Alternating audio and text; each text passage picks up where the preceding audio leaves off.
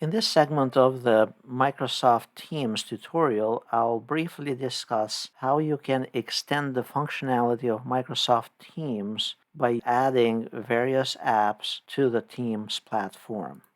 On the left-hand side of Microsoft Teams, there's this Apps option. And right above the Apps option, there are these three dots. That means that there are some additional added apps. So these would be apps that didn't make it here on the left-hand panel for your icons, but yet they are installed as part of your account.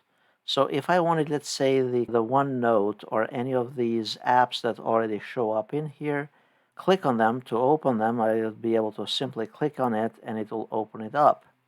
If you want to have this always show up on the left-hand side, you can right-click on it and then select Pin. If there are other applications that you're interested in having in your computer, you can simply click here on Apps and then locate the application that you want to install and integrate as part of Microsoft Teams. And notice there are a lot of categories, whether it's education, applications, and even workflows. So let's say I'm interested in approvals.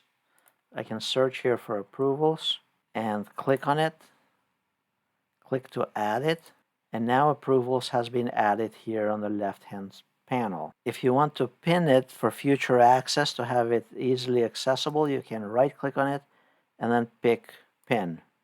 Otherwise, you'll have to look on the three dots for more apps.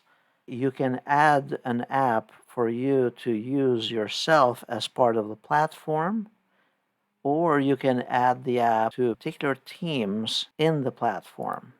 So for example, I have here distance learning. I could have added that to be used by that team and assign it to the team.